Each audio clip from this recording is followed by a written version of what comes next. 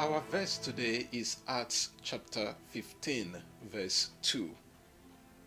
And after Paul and Barnabas had no small dissension and debate with them, Paul and Barnabas and some of the others were appointed to go up to Jerusalem to the apostles and the elders about this question.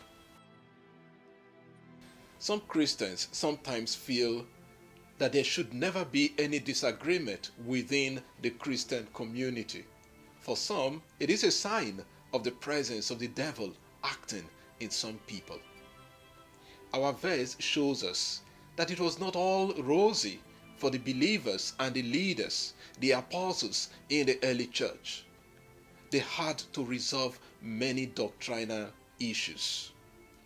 Some men came from Judea to the church in Antioch, where Paul and Barnabas were, to teach that unless they were circumcised, that they cannot be saved. The doctrine of circumcision created a big problem and disagreement in the community. Two Greek words are used in the text to describe the gravity of the problem. The first word is stasis, which means uprising, revolt, or rebellion. It could also mean strife, discord, dissension, or dispute. The second word is zetesis, which means controversy, dispute, or debate. These words reveal the tense situation in the community, that they might even have engaged in a serious quarrel. To resolve the issue, the church had to appoint Paul and Barnabas and some others to go to Jerusalem to the apostles and the elders of the church.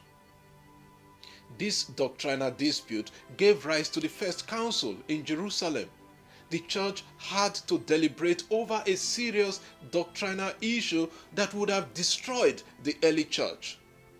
What do we learn from this verse and from the early church? Conflicts are sure to come. We cannot all agree on issues. There are points where we can disagree even in the church. What is essential is that there are ways of resolving such conflicts. Conflicts are referred to leaders of the church who deliberate and resolve them. Conflicts should not lead to breakaways and new sets, but rather strengthen the church.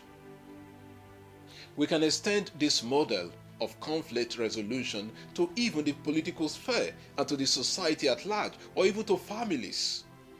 Whenever people complain about injustice and query the status quo, it is always important to listen to the complaints and probably refer the issue to a higher authority for quick conflict resolution. Otherwise, once the issue is allowed to degenerate into further dissension, it may lead to anarchy. Suppose only our political leaders are wise to take counsel and follow the model of the early church. How easy will it be to resolve seemingly difficult situations? Lord, help our religious and political leaders lend a listening ear to those who feel aggrieved. May they resolve the problems quickly enough rather than being obstinate and deaf to their cries. Amen. God bless you, and I wish you a very lovely day.